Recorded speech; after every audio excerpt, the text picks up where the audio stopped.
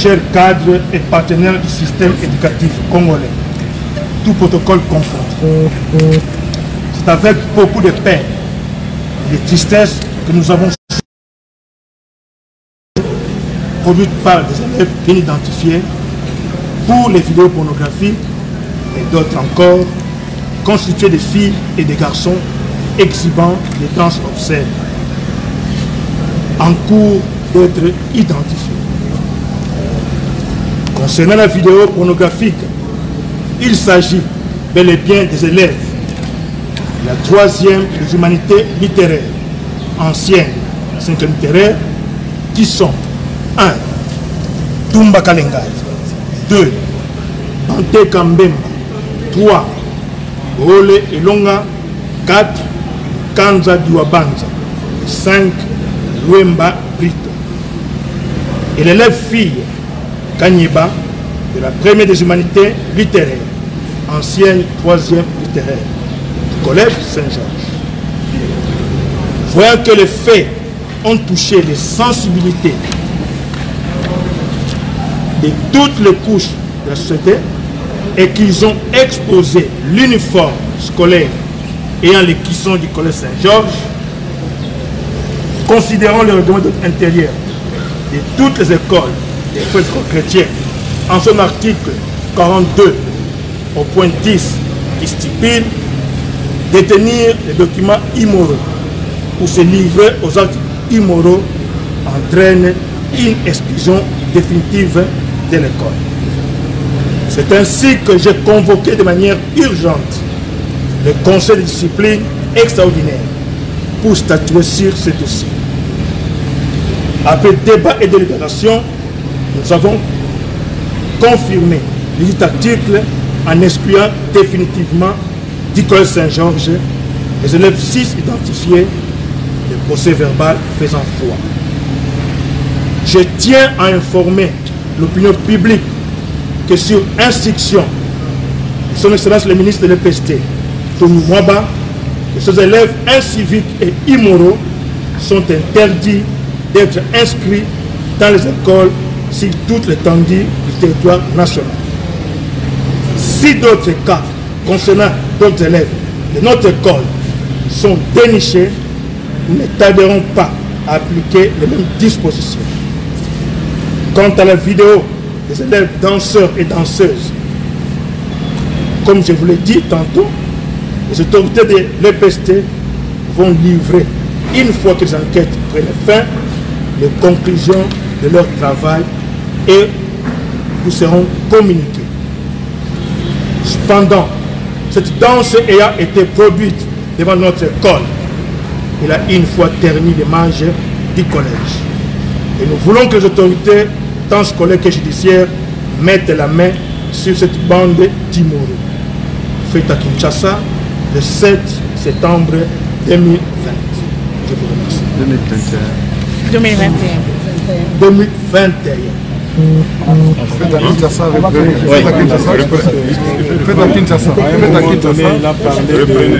s'il vous plaît. Faites à Kinshasa le 7 septembre 2021.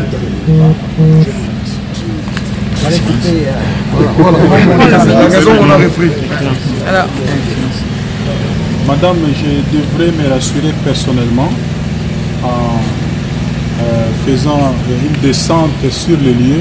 Vous le constatez bien, on est au collège Saint-Georges. C'est l'école qui est fréquentée par ces élèves qui ont été identifiés sur une vidéo, cette fois-là en qualité d'acteurs pornographiques, et ils nous ont livré cette scène qui a choqué toutes les sensibilités parce que la vidéo a fait le tour du monde. Et puisque je tiens au redressement et à l'assainissement des milieux scolaires, je devrais personnellement arriver ici pour voir de quelle manière ce cas a été géré. Comme vous venez de le suivre, ces élèves bien identifiés sur la première vidéo viennent d'être exclus définitivement de cet établissement public scolaire. Parce que, comme on l'a dit, ce sont des immoraux. Ils ont transformé les milieux scolaires en site hollywoodien de tournage de films, même pornographiques. Quand vous voyez la manière dont ils se sont livrés, vous comprenez que ces élèves sont très dangereux. Quel que soit leur âge, si ce sont des mineurs, je crois que la loi sur la protection de l'enfant, qui organise la protection sociale, pénale et juridique des enfants, s'en occupera parce qu'il y a aussi des aspects pénaux. Mais ici, nous venons de prendre des mesures disciplinaires, des mesures administratives telles que les prévoient nos textes et ils sont exclus. Pour le reste, dans le deuxième groupe de la vidéo, les enquêtes se poursuivent pour identifier encore ces élèves parce qu'ils doivent subir également la même rigueur de la loi. Les autres, c'est-à-dire tout ce qui a été fait jusqu'ici, nous allons également saisir les autorités judiciaires pour qu'ils prennent en charge les aspects pénaux. Pour la simple raison que certaines scènes se sont déroulées dans certaines habitations. Il y a des gens qui ont offert à ces mineurs, à ces élèves, des locaux pour se livrer à ces scènes. Et d'autres se sont donné le plaisir de les filmer et de diffuser. Alors on devra établir la responsabilité de tout un chacun, que ce soit les parents. Je crois que la justice a plus de pouvoir et plus de marge de manœuvre que nous. Nous allons déposer le dossier en justice et les enquêtes vont se poursuivre pour la prise en charge pénale de ces délinquants mineurs. Et pour les autres, nous continuons à les identifier au niveau de nos écoles et d'ici là, les sanctions seront également prises, ils seront identifiés, ils vous seront présentés. Donc voilà ce qui a été fait et nous devrions normalement frapper fort comme on l'a fait parce qu'on vient de nous signaler qu'il y a un cas pareil dans un autre établissement à Saint-Édouard et le chef d'établissement avait pris ses dispositions. Il y a même des parents qui se sont permis d'attraire en justice le chef d'établissement pour avoir exclu ses enfants avec la complicité de leurs parents. Et nous allons suivre de près ces cas et accompagner de manière à ce que les milieux scolaires soient totalement assainis.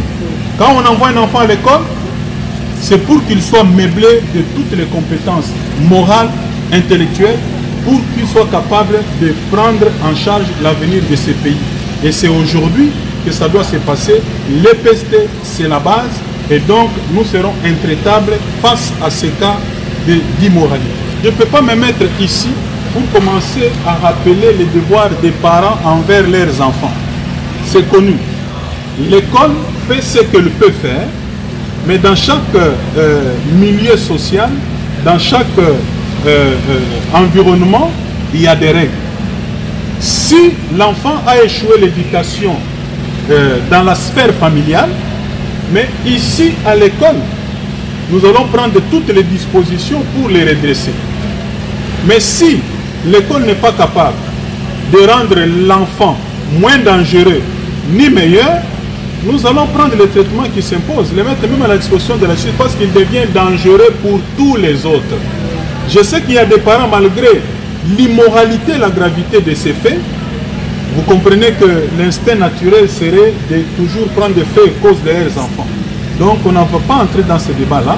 Ici, nous avons pris les responsabilités qui s'imposent. Et même en droit, il y a la responsabilité civile des instituteurs à l'égard des élèves et nous sommes assumés sur tous les plans. Sur le plan administratif, pédagogique et même juridique. Les aspects judiciaires seront réglés par les instances judiciaires.